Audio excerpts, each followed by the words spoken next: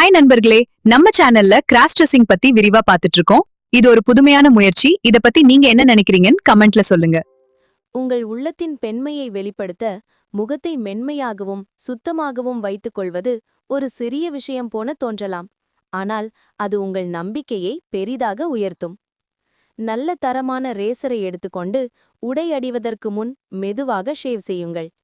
அந்த சில நிமிடங்கள் உங்களுக்காக நீங்கள் செலவிடும் அன்பான நேரமாக இருக்கட்டும்.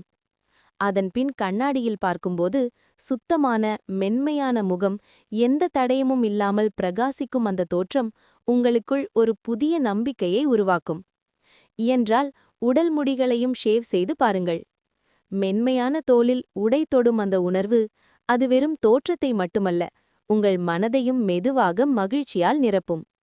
இது வெறும் மாற்றமல்ல, இது உங்களை நீங்கள் உணர ஆரம்பிக்கும் ஒரு அழகான பயணம்.